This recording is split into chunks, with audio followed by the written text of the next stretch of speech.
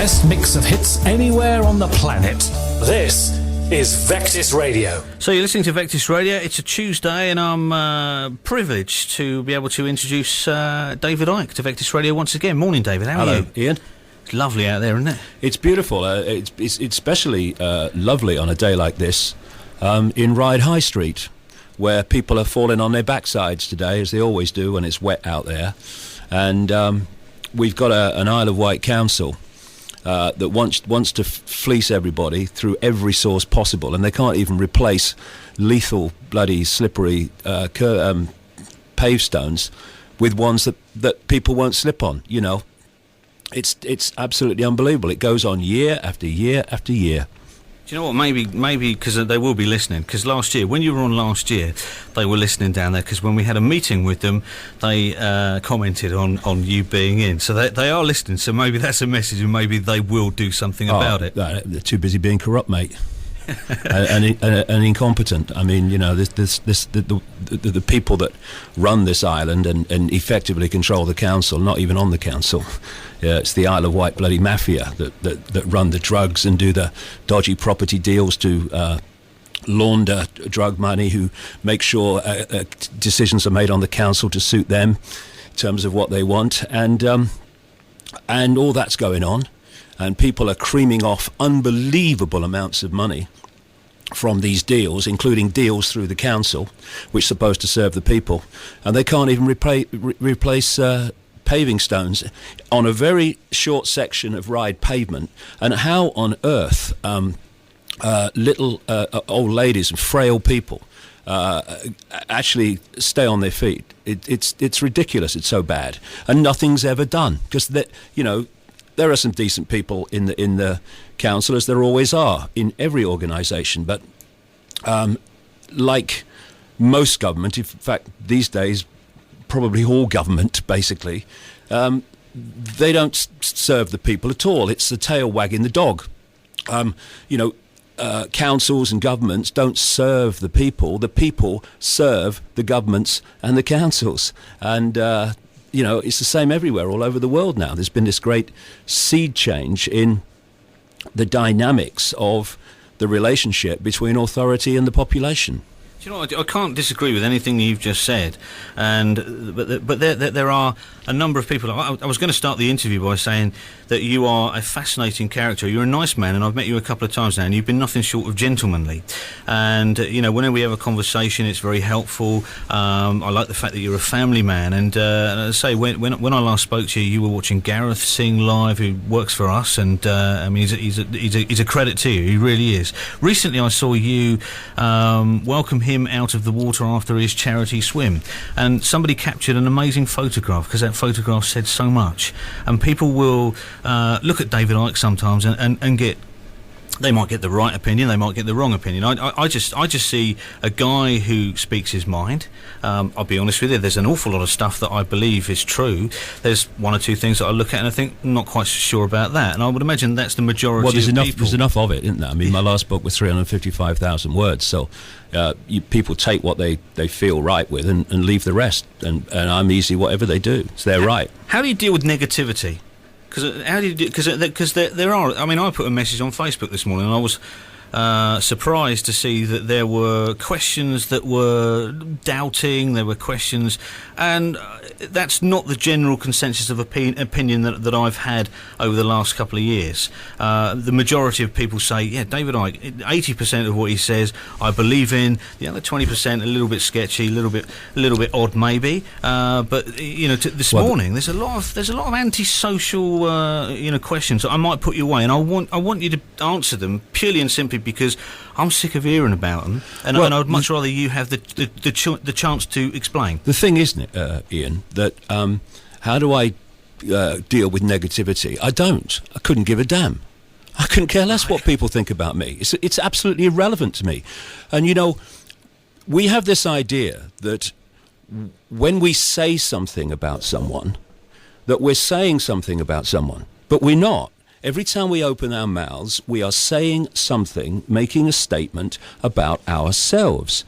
And thus, those that ridicule or condemn me, having not even read a book, and when you question them, they haven't even got a clue what I'm saying, then they are, for me, making a statement about themselves, not me.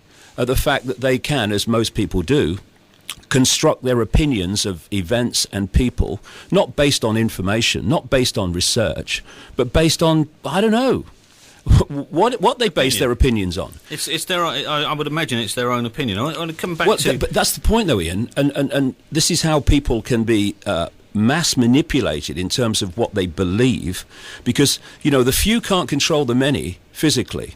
They can do that in a small area with soldiers on the streets, but you cannot control a population of millions, or in global terms billions, physically. You have to control the population by getting them to think and perceive themselves and the world and events in the way that suits you. It's a mind game, and if we don't break the cycle by doing our own research and asking questions rather than getting them off the peg from the mainstream media and the tabloid newspapers, then we're just babes in arms, not expressing our opinions, but just becoming a repeater of someone else's opinion. And in this way, those that manipulate that mass opinion control the perception and therefore the behavior of the population. And when you look at the world, it is full of repeaters. I mean, look at journalists. What are they doing? They're taking the official version of events and they're repeating it to the population. The population read it in the newspapers and repeat it to each other. You go to school and you have repeater teachers telling the pupils the way that the system wants them to see the world, and all the teacher is doing is repeating what's in the curriculum. When you've got a situation like with my son Jamie, who was taking a course which included a section in the exam on global warming. It's now called climate change, as the temperatures fall, you'll note. He made the obvious point that any brain cell on active duty would see if they looked at the evidence, that the whole idea of climate change, human-caused climate change, is a scientific insanity. Even some of the advocates are now coming out and saying this. And when he said this to the teacher, that was his opinion, the teacher said, well, actually, I have some sympathy with the fact that global warming is a nonsense. But if you say that in your exam, you ain't going to pass, right? So we have a repeater education system. We have doctors that repeat what they heard at medical school and repeat what the drug rep said when they came round to flog some more drugs. Wherever you look, you're looking at repeaters. And what I've been trying to do for 21 years is put other information into the public arena and say, actually, there's not one way the sun, I was going to say the news of the world, but thankfully I don't have to say that anymore, but it's trying to break this cycle of authority gives you a version of life, you believe it, and it becomes official history. I mean, at one time, because it was the norm, people repeated the fact that the earth was flat and ridiculed anyone that said it was a sphere. And the same is going on now, daily, across the great swathe of subjects. I mean, North Africa. Someone said to me, ain't it great that Libya's free, now Gaddafi's gone? Well, if you knew the real story, then they'd realise that Libya has been hijacked by a force that is behind NATO, that is actually in the process, and you can read it in my books some time ago, of picking off country after country after country by stimulating and engineering protests with agents provocateurs, then condemning the sitting regime for violence against protesters, and then sending the boys in. They've done that in Libya. They're going to do that in Syria.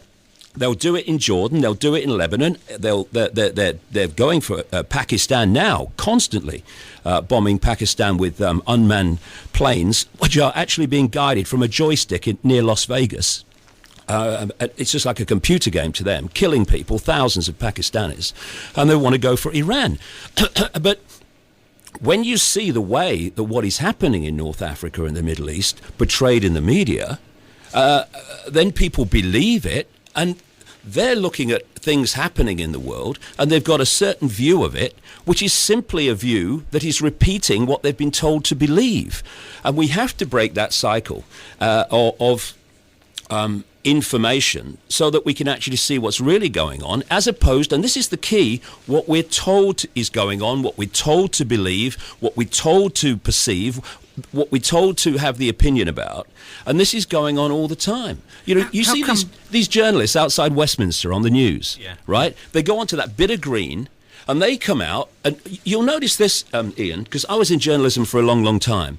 And in the 1970s, there were still substantial interviews, and there were still interviews of some substance, of some length, with the people that needed to be questioned, the so-called representatives of the people. But what happens now on the TV news? The newsreader, who I tell you from experience of being in it, hasn't got a clue what's going on in the world, interviewing a reporter outside Westminster or somewhere else, in Libya maybe, and he hasn't got a clue, because all he can tell the newsreader is what the authorities have told him. And they call it journalism. It's just repeating. If this cycle's not broken, how the heck are we going to know what's going on in the world, as opposed to what we're told to believe is going on? So when it comes down to it, there are people that know what's going on, really. But you know, like yourself, I mean, you're one of those people that is constantly telling people this is what's really going on. Why aren't there more of you? Well, what's really going on is so vast and involves researching so many subjects, which on the face of it, when you start, have no connection to each other, but when you get deep in the rabbit hole, are fundamentally connected.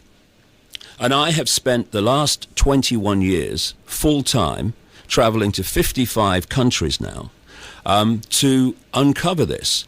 And your journalists, or what pass for them, I don't know how they get it through the Trades Descriptions Act personally, but what they do is they come into work and they cover a story one day, and then the next day they'll cover another story, and they'll cover another story. Bill, get to Libya. You're in Libya for a few weeks. He goes to Libya. I've never been to Libya.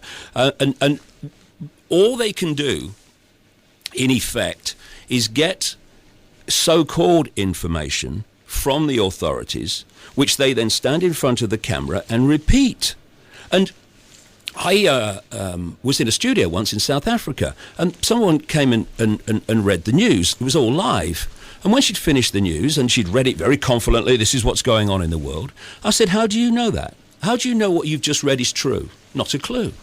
I mean, so it's a situation where the media has been structured to become the propaganda arm of those that control what we call authority. Is there any country in the world that doesn't have that in place? Has something, you know, better, more honest in place, or is it all the same? Not just about that everywhere? I've come across. You see, it's an interesting point and an important one, just to explain how the few control the many.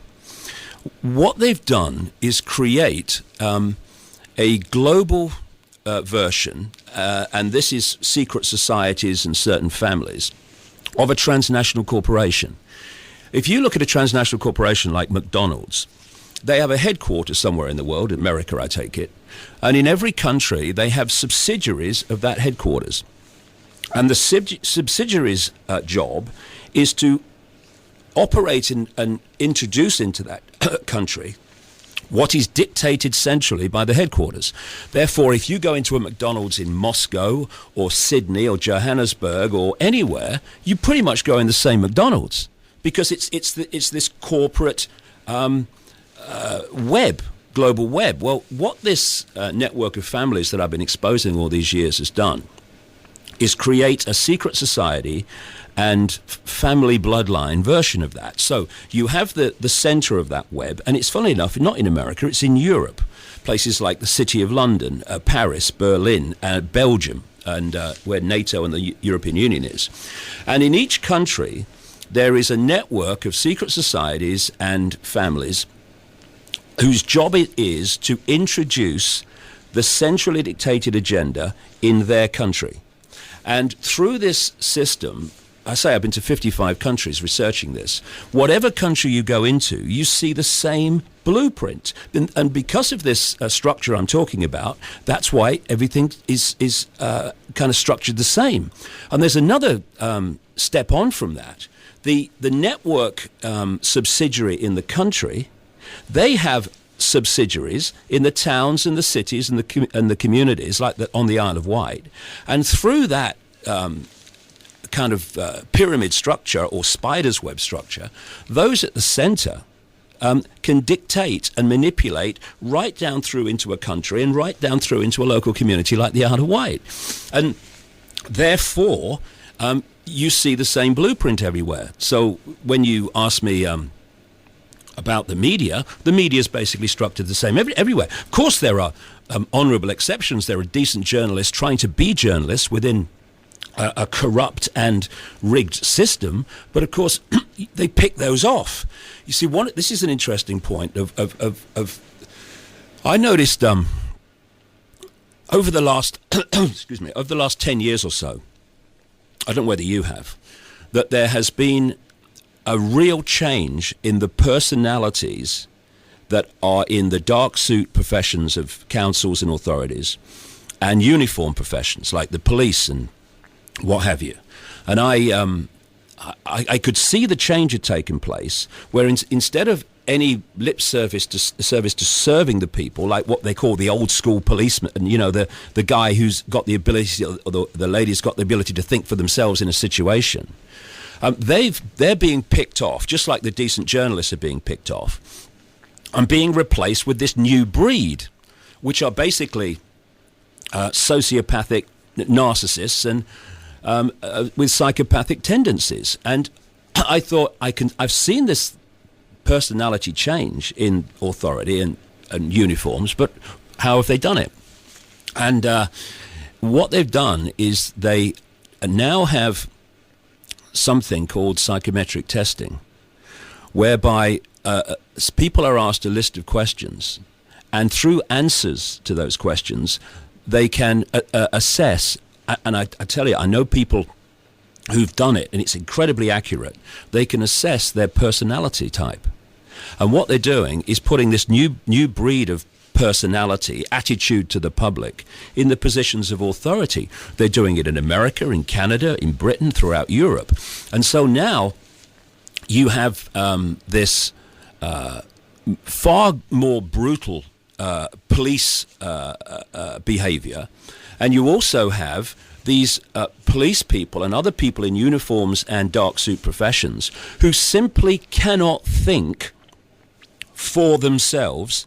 They have to consult the rule book. You can see them walking down the street, Ian, because they have a slot in the top of their head and the rule book is pushed in, and that's it. I'll give you a quick story, right? I could give you so many, but the other day, this film crew came to do a documentary about me, and I was talking about the Isle of Wight trains. I used to love the steam trains, and so we'll get you on a train.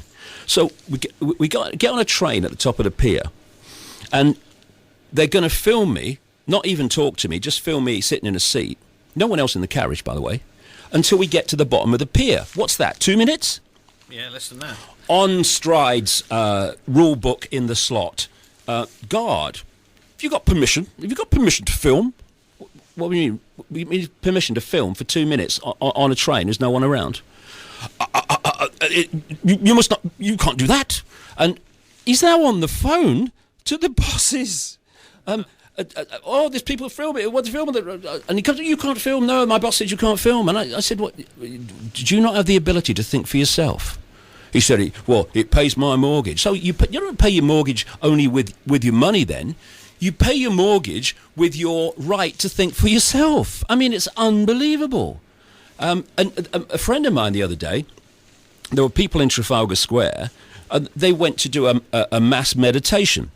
It's about 150, 200 of them. And they're sitting on the floor or on the steps, and they're sitting there with their eyes closed. The heritage police, because we have them now in London, they come over and say, you can't do that. And my friend pointed out that there were people sitting on the same steps who were reading newspapers quietly, and they were having a cup of coffee quietly. So what is the difference between what they're doing quietly and what these people are doing quietly? And the only thing he could say was, it's different. He couldn't explain why, but it's different. And it was fascinating to me, because that's how these rule book in the slot people react, because they are always seriously uncomfortable when something is happening which is not normal. They can't deal with it. So if it's not the norm and it's not the usual, in their minds it must therefore be against the law, or there must be a rule against it. And this is the kind of... Would it have been different if you'd have been Johnny Depp or not? How do you mean? Well, you on the train. Oh, David. Oh, yeah. Johnny Depp going to the island.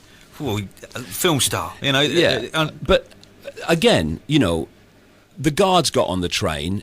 People don't film on the train, and so I see what you're saying. So something's different. So there must be something wrong here, and there must therefore be a refusal of allowing it. And this is not a mentality which has increasingly filled the dark suit and uniform professions by accident. It's been done systematically, because what they're doing, when there's a few, and at the core of this global manipulation, compared with the 7 billion people, it is a few, you have to recruit from your target population to police the target population. And so that's what they do. They divide and rule, and they put people in positions of power, apparent power. You know, because, you know, I've had a few interesting conversations with these officious uniforms in many countries, not just here.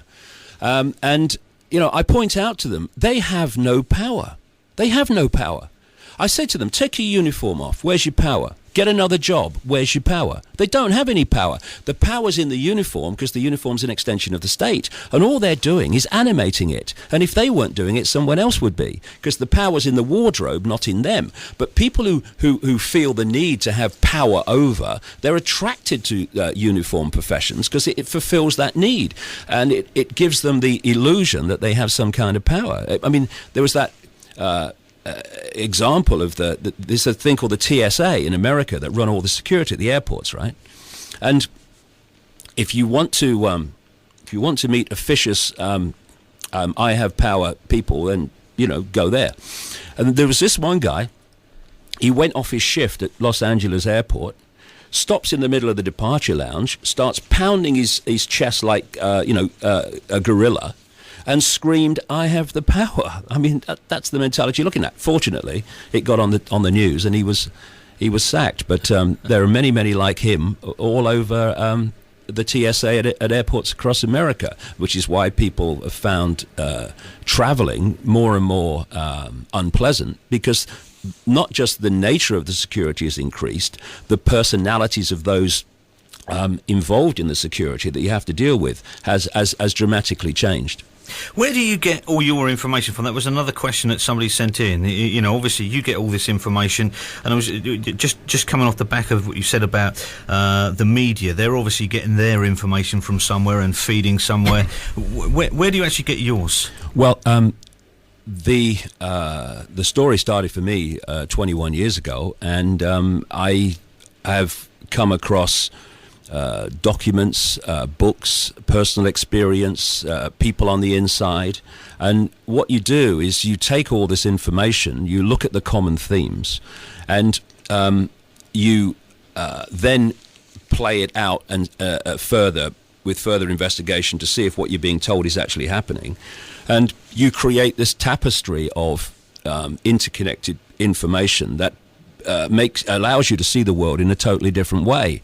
And the reason that so many people now are coming to my books, and I'm just going to speak in 5 cities in Australia over the next 7-8 weeks, and every single theatre, all the tickets have gone, and I'm still in the Isle of Wight. This is 13,000 miles away.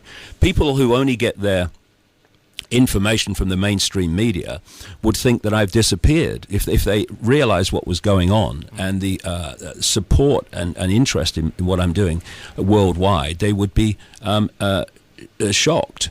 And, when I'm traveling, I'm meeting people all the time, because once you have a reputation for this, for putting out suppressed information, people come to you, and they, because you're the vehicle for them to get out what they know into the public arena. And so it's a great range of different ways the information comes. Plus the fact that when I started out 21 years ago, it was a very lonely road. There weren't many walking with you. But as a result of, I guess 9/11 started the change. And then when weapons of mass destruction weren't found, because they were never there in 2003, even though an invasion was justified that killed and maimed more than 1 million Iraqis, people started getting more and more uneasy, and my goodness me, are they uneasy with the world now? And they started to look at this information, and what that spawned is a massive number of people around the world who are investigating the same stuff. So the sources of information now are it's not about even finding it anymore. It's having the time to process it. And when you've got a situation which for me some days is surreal, where what was in my books in the mid-90s is now being read on the television news because it's happening, then that has brought also an enormous number of people to my work. Because, when I was walking that lonely road and being ridiculed, couldn't go into pubs, even in my home town in Ryde, without being laughed at and all the rest of it. That something drove me on, and because we have to say what we believe to be true, otherwise we are engaged in something called self-censorship, whereby instead of speaking your truth, you let the perceptions and views of others who haven't done the research to dictate what you say and don't say. And if you do that, then when what you've uncovered is going to happens, you say, I knew that. People go, oh, yeah, you're just saying that. But because I put it out there, took the ridicule, took the crap from some brain donors, by the way, on this island too, because they do exist, funnily enough. Yeah, don't point at me. And put it out there. Now I'm reaping the benefit because what I put out there is happening, and that's what you have to do. The tide has changed. Absolutely. It's turned. Like when you go back to that time that you were talking about, I remember watching Wogan. I remember hearing people what they were saying, but it's different. It's different. You've still got your knockers. You've still got your people out there that. It's the shirt, mate. You've still got your knockers, but there is the tide is changing. There's a lot of people that you meet and they say, David Icke, 80%. I like what he says. 80%. Not too sure about the rest, but maybe that will come. The thing is, Ian, as you know, the only way you're not going to have, well, not even this way, but the only way you're going to dramatically reduce people having a go at you for something is to stare at the wall and do nothing. And then someone will say it's terrible that he's staring at the wall, not doing anything. So really, we need to speak our truth. We need to express our uniqueness, whatever it is, without having our uniqueness and what we wish to say dictated by the fear of what other people think, because that's the prison that most people live in. It's not, well, I'd like to say this, or I really believe this. It's like, well, how do I say this in a way that's acceptable to these people so they won't think I'm crazy? I couldn't care less. Some people who think I'm crazy, I'm going, oh, thank goodness for that, because if they think you're not crazy, you must be in real trouble. I mean, some of the people who haven't got two brain cells to rub together who just ridicule you. I mean, why should I worry about that? Why should I be concerned? Because why would I? I say what I believe. I write what I believe. I back it up with very, very detailed evidence, and people make of it what they will. I couldn't care less than what they make of it. It's their right to make of it whatever they choose. There's a lot of stuff that's happened, and you know, you've obviously been proved right. What about the ones that maybe you got wrong? Is there anything you got wrong in the past? You think, I wish I'd not said that, or I'd wish that didn't come true. There was a period when all the ridicule was going on, and this is a very long story, where things were happening to me where I didn't know what planet I was on. You know, when you see me on the Wogan show in 1991, I didn't know what planet I was on, because things were happening. It was like you know, when you live in a bubble and suddenly the bubble bursts, and most people live in a bubble of perception, and then suddenly something comes along, bursts the bubble, and you realize that your perception was the size of a pea compared with actually what is happening and all the rest of it, and what there is to know. And there was a period of about 3 months in that around the Wogan show, where I didn't know what was going on. And then after about 3 months, it was like, I tell you, I've described it like this. You know when you press too many keys on a computer? Yeah. It freezes. Mm-hmm. Why? Because it's being given so much information, it cannot process it. Well, that's what happened to me around the time of the Wogan show. When the bubble burst, symbolically, my mind was filled with an explosion of information, concepts, perceptions, and processing it, where it was like, sorry, too much, can't do it.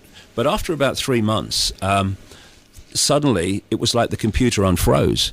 And I was the guy I was before. And people were saying to me, I thought you'd gone mad. You're the same David Icke I used to know. Well, I seemed to be, but I wasn't. Mm-hmm. Because the way I saw the world had completely changed. And since that time, in 1991, of course, you're going to get little detail and stuff wrong here and there. But the themes since then have shown themselves to be accurate by the fact that they've happened, you know. And like as I've said earlier, you know, I'm watching what's happening in North Africa and the Middle East, not from a daily update on the TV news, but from what I learned years ago was this agenda. Because when you are going to do something, you're going to hijack a country, you're going to take over great swathes of land and resources. Libya just happens to have the biggest known oil reserves in Africa. We're going to have to take a break. Okay, if that's but okay. Just very quickly, when you know that you want to do that, you have to find an excuse to do it, because you can't just say, hey, we want to go into Libya for the oil and all that stuff, because people will say, what are you doing? So you have to find an excuse. Yeah. You can't just say, oh, well, we're going to take over Syria. We've decided, we've had a meeting. No, you can't do that, because people will say, what are you doing? So you have to find an excuse. And so I'm seeing the excuses where people who haven't done the research are seeing credible explanations for what's happening. Although more and more people aren't, by the way. A lot of people are waking up and seeing that what they're told is a load of nonsense. Predominantly, I think when we do a phone-in and we talk about Libya and we talk about Iraq, I think they're all with you on that. I think the majority of people are... Yeah, there's a lot of... I mean, it's a totally different world now from my perspective, because so many more people are awake to this, and you're not talking to a closed door anymore. No. I mean, there's so much I want to ask you, but we've got to take a break and we'll come back. And I want to talk about Ted Heath. I want to talk about Iran. I want to talk about America and China and money. I'll talk to you about America and China in another way as well. Okay. And which is related also, to the Middle East. And chemtrails too. Somebody mentioned chemtrails. No problem. Okay. Good stuff. We'll come back in a moment. Something should have happened there. Here we go. Rearrange the following words. Change never leopard spots. The Mid-Morning Show with Ian Mack is sponsored by isleofwight.com, where last-minute offers are just a click away. The Isabel Centre. It's not just a place to get food at reasonable prices. Also available, education, literacy, PC skills, working alongside adult and family learning. Rooms for rental. for meetings or use as a training room. There are quiz nights, race nights and youth club nights. Health club offering help with stopping smoking, weight or general health issues, a chiropodist and even a prescription service. It's the Isabel Centre in Newport, adjacent to Downside Middle School, opposite the Pan stores. Call them on 248 170, that's 248 170, or check out www.theisabelcentre.com. Remember the days of gobstoppers, sherbet lemons and crackling space dust? Gummy Chews, your favourite corner sweet shop, online and simple to buy at the click of a mouse. Original versions of long-forgotten confectionery. 350 lines of Technicolor confections. Choose one of our Swish gift boxes for all occasions, full of delicious treats to put huge smiles on everyone's face. With speedy delivery and top-notch customer service, Gummy Chews revive the nostalgia, dream back to long summers, jumpers for goalposts, and when you couldn't even spell responsibility. www.gummychews.co.uk. The Princess Royal now serving breakfast Monday to Friday, 8 a.m. until 11 a.m. Under £5, including tea or coffee. And the new addition, the Pensioners Pint. Tuesday to Friday, 12 till 2, at only £2.50 a pint, including all draughts and ciders. And on Sundays, Christine's Roast Susser from 12 till 3. For all your jobs, for all your needs, whitequote.co.uk. Whitequote.co.uk is the island's leading quote comparison website. Whatever job you want, whatever trade you need, from builders to entertainers, you name it, we've got it. Don't waste time phoning around. Get the right quote on whitequote.co.uk. For all your jobs, for all your needs, whitequote.co.uk. The Naturally White skincare range of natural products are hand-prepared by Sharon Lake, a qualified aromatherapist, using carefully sourced high-quality essential oils, local natural spring water and other high-quality organic and natural ingredients. Naturally White, the island's affordable high-quality natural skincare range, was this year the winner of a Natural Beauty Award, raising the profile of these products alongside other well-known organic brands. Naturally White, luxury skincare that doesn't cost the earth. You can contact me to discuss your skincare requirements by calling 07917 135 294 or visit my website www.naturallywhite.co.uk. It's 20 to 12. This is Vectis Radio. David Icke is here, and I just want to ask you, David, because we just sort of touched on it during the commercial break. Because you ruffle a lot of feathers, and you do. I mean, I've ruffled a couple, but nowhere near as many as you. You mentioned during the commercial break you've never had a death threat. Are you a concerned man? No. When it comes down to couldn't care less. No. You know, what's the worst thing that can happen? Someone kills me. I'm terrified. You know, the body's just a vehicle for consciousness, the real self, awareness, pure awareness, to experience this reality. It's what I call a genetic spacesuit. It just allows us to interact with a range of frequencies, which is all this world is, a range of frequencies called visible light in the electromagnetic spectrum. So the worst that can happen is I leave the body and carry on my eternity like everyone else in another reality. I mean, I'm terrified. Look, my legs are knocking. I mean, and you know, I made a decision 21 years ago that I was going to go for this, and I am, and I'll keel over eventually, still doing it, because you can't understand what's happening in the world, and the horror for our children and grandchildren. Not even that, those more so in terms of years, but we're in a time scale now where it's actually happening and affects everybody. And if people think the Big Brother state is terrible now, well, they've seen nothing yet. You know, what is planned would make George Orwell wince, and as I've been explaining for a long time. And when you know that, Ian, that you can't just walk away and say, I've had enough. I'd like to, many times, because, you know, it's very challenging doing what I do. But you can't, because you can't sit there and see what you know is happening unfold in front of your eyes while you've got your feet up. You've got to do what you can, and that's what I am doing. And thankfully, it's starting to have a very, very significant effect worldwide. I mean, you know, there are apparently 250 million websites on the web.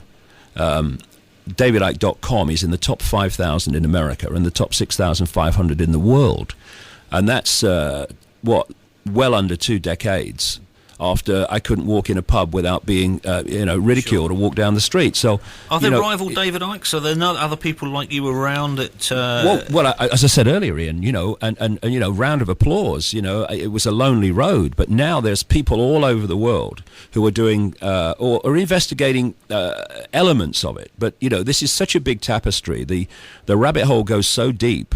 And it goes into areas which people who read The Sun would think were bizarre, but actually aren't. They're actually very logical. And thus, I connect dots across a massive different subjects, everything from the nature of reality to banking scams, engineered wars, the whole shebang. And therefore, there's not many doing that. But thank goodness there are staggering numbers of people who are investigating and communicating parts of the story, often large parts of the story. And my goodness, thank goodness for that, because we need that, and we want more people to do it. I want to ask you about Ted Heath, because Ted Heath is there, prominent on your website. Yeah. You say he was a murderer? Well, no, I say he was I wrote this in a book called The Biggest Secret in 1998.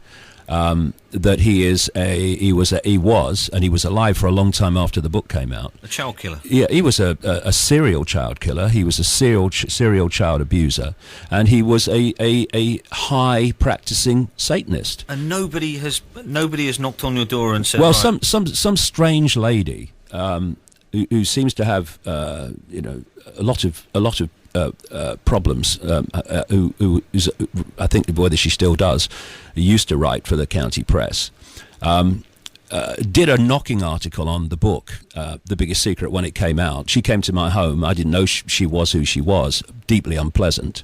And I treated her with respect and talked to her about the book. She then writes this knocking article in the county press. But in the course of that, she rang Ted Heath, this nice old man, I think she said in her article, and asked him, or read the passage from the book where I'm saying that he's a multiple child killing Satanist. And over the years, I've had endless confirmations of that.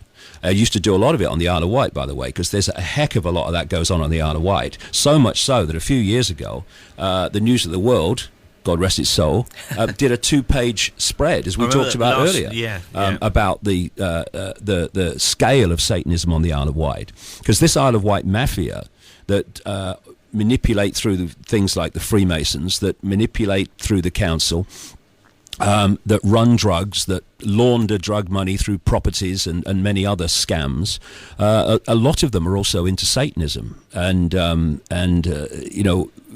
you look at the island, lovely place, beautiful landscape, but give them time, and behind that facade, unbelievable things go on, and a lot of Satanists come to the Isle of Wight, and Ted Heath certainly did that under the cover of yachting, and it's amazing how when you get to the upper echelons, in theory, the upper echelons, actually the cesspit levels of a human society, the positions of power and all the rest of it, the number of Satanists, pedophiles, and pedophiles that you find is staggering.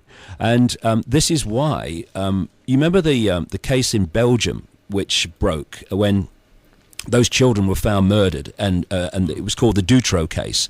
He was procuring children for famous politicians and people in power in Belgium, and Belgium is a real centre for paedophilia and child abuse and Satanism, for a simple reason. That's where NATO is, and that's where the European Commission is, and so a small country like Belgium has a massive ratio to population of people like this that I'm talking about, and so they have an insatiable demand for children. This guy up in Dunblane, Thomas Hamilton, the reason the cover-up inquiry ordered that papers relating to that case were going to be locked away for like 100 years, a ridiculous amount of time, is because he was procuring children. He was a paedophile himself, Thomas Hamilton.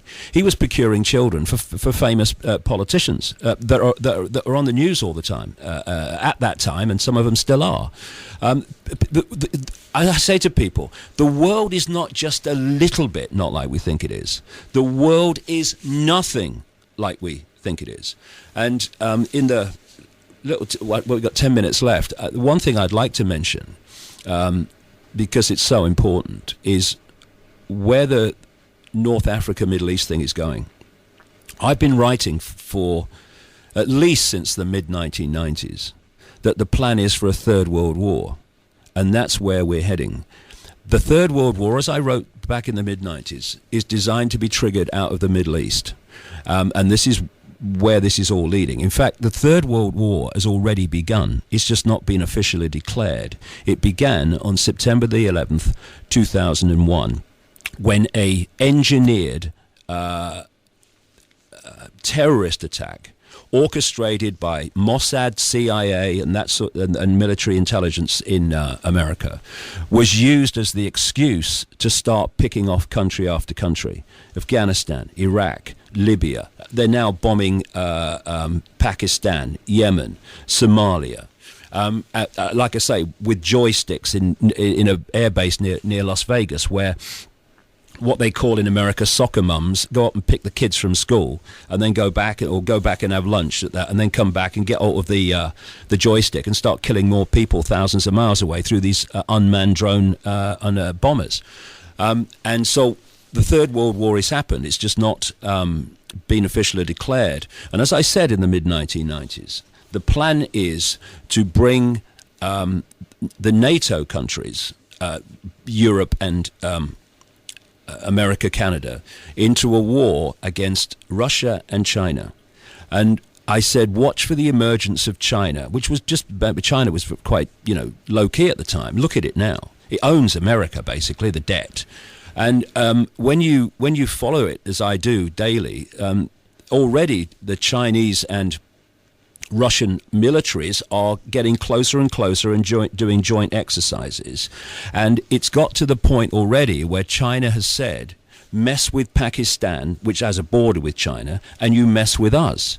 And you're going to see this move on, because that's what they want to do. Because the structure they want globally is a world government dictating to all countries, a world central bank dictating to all countries' economies. This is why they crashed the economy in 2008, and they're going to crash it big time again in the next cycle, because it's a technique that I call problem, reaction, solution. You create the problem, you get the unquestioning media I was talking about earlier to tell the people the version of the problem that you want them to believe, i.e. Bin Laden orchestrated 9/11, etc. And then you get the people at stage 2 to react, do something. This can't go on. What are you going to do about it? And then at stage 3, you, who've covertly created the problem and blame someone else, offer the solutions to the problems you've created. And I said in a book called And the Truth Shall Set You Free in 1994, I wrote that, to watch for NATO to start operating outside its official sphere of influence, or operation, which was the North Atlantic Treaty Organization. Yeah. It's now in Afghanistan, and it's of course bombed constantly through the summer Libya, and now they're talking about taking on Syria. And one of the other things, it's world government, it's world central bank, and having crashed the economy, they're now saying what I said they'd say in 1994 or 5, we needed a world central bank to sort out the problem, reaction, solution.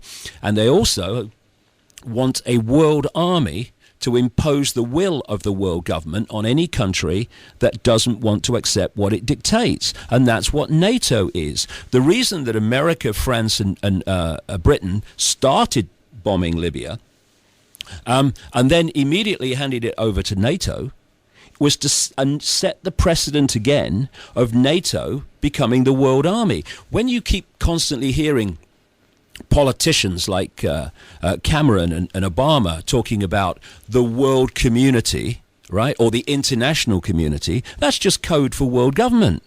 I mean, the UN Security Council, to a very large extent, is the security arm of a world government, and the way that nations are being, or the sense of nation is being eroded all around the world. So basically, I see articles all the time. What is it to be British anymore? It's just like that whole culture's gone. Is because they want to bring an end to countries, and they want the world government at the top of the structure. Then they want the European Union, the American Union, the African Union, which they already have, a Middle East Union, and a Pacific Union, which is the Far East and Australia, New Zealand, under there. And then under that structure of Orwellian control, they want to break countries up into regions to de-unify in a unified response to that edifice of power above. And that's why maps out of the European Union have appeared in the newspapers over the last few years, in which Europe is broken up into regions, in which Britain is broken up into regions, and not that the regions of Britain are together. They're getting some regions of Britain, like in the south, and they're connecting them to regions in France and Scandinavia and under another grouping authority. And this, people say, that's crazy. Well, it is if you think that these people are there to serve you. But it's not crazy if you realise that what they want to do is to break Europe and the world up into countries, up into regions, because that's what they're doing. There's the map to show you. They want to do the same in America as well and break that up. How much of a timescale are we talking about here? Are we talking about in the next 5-10 years? Or if we do not get off our backsides, disconnect the arse from the sofa, and pull back the concentration on X Factor and game shows and start to look around and have some peripheral vision and then start to do something about it collectively, then within 10 years we will live in a global society that will be very, very close to Orwell's 1984. And in 1984 Orwell said that in his novel, and I explain in my books that it wasn't actually a novel. I know where he got his information from, that this was coming. He said that there was this perpetual war going on in his 1984 society, and the perpetual war was to keep people divided and ruled. Now, we have that perpetual war. It's called the war on terrorism. When do you know a war on terrorism has ended? You don't. When you invade a country, someone wins eventually. How do you say the war on terror is over? You don't. It's the perpetual war, and that's why they chose that. And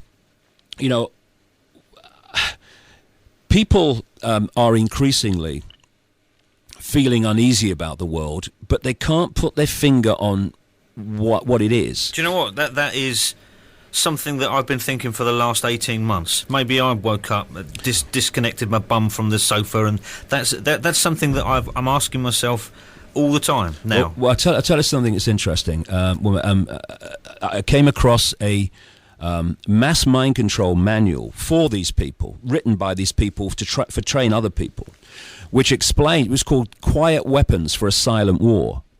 And it was about mass social engineering and perception manipulation.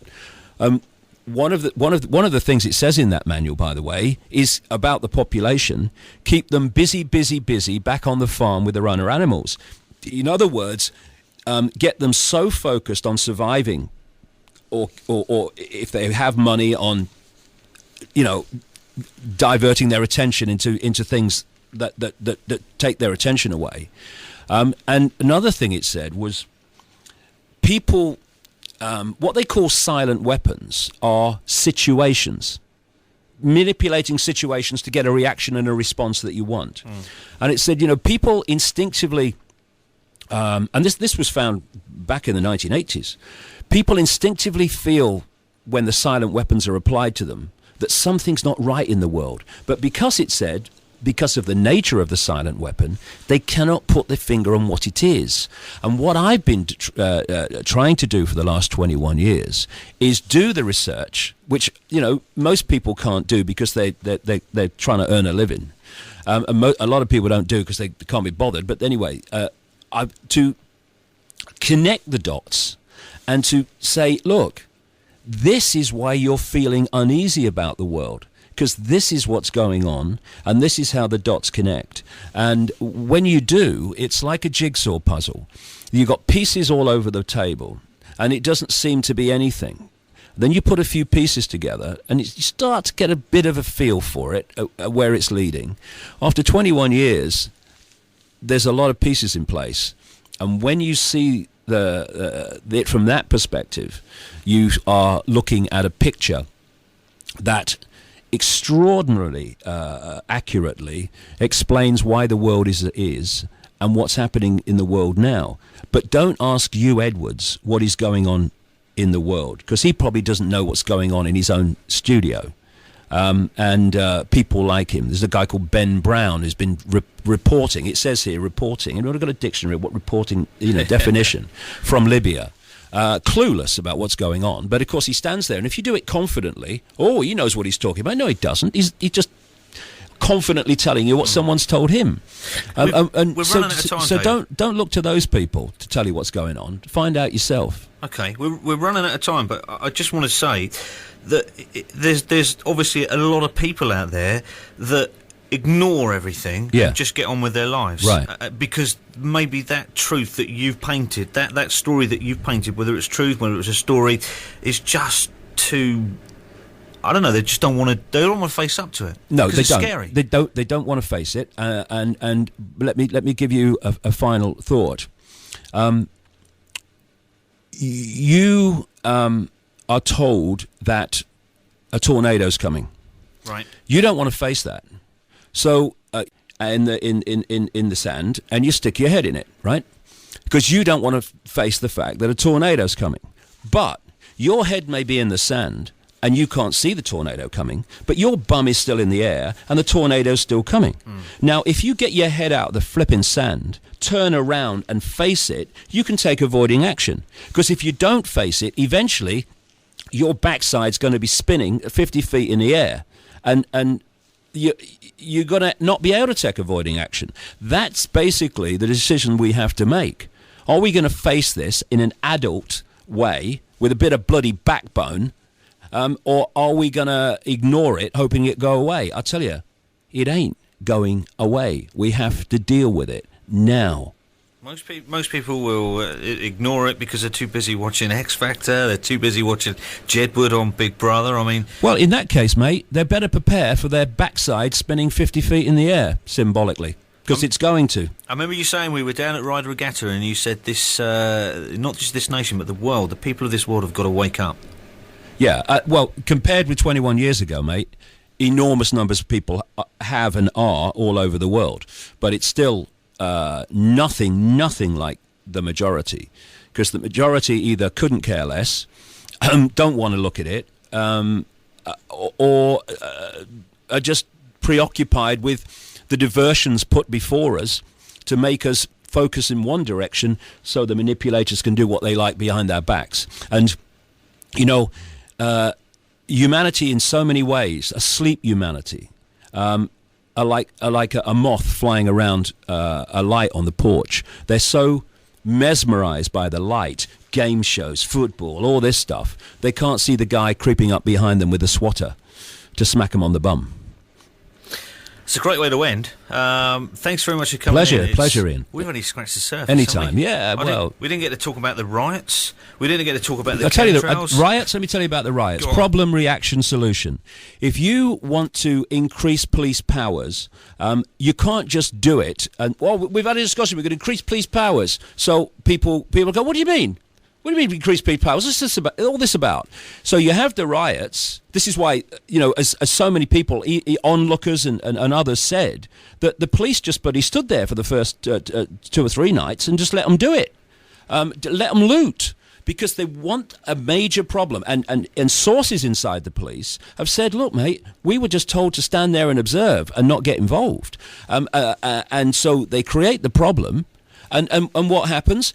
In comes Cameron and this ludicrous lady, May, the Home Secretary, and say, because of the riots, ABC have got to be going with curfews and more powers and all the rest of it. And you know the irony?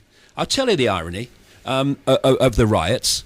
It's that David Cameron stood up on his high bloody horse and said, condemned the rioters, condemned what went on, and he said, the trouble is, people have no respect for life and property.